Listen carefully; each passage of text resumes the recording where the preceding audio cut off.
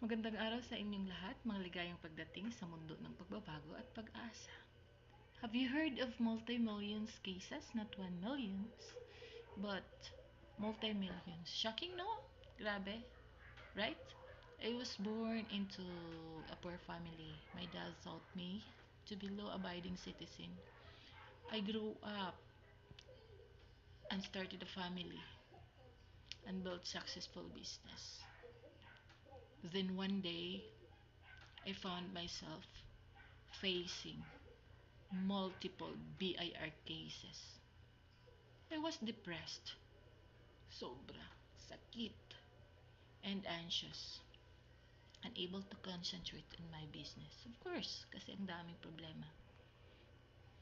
And I think it was the most miserable time of my life. But I never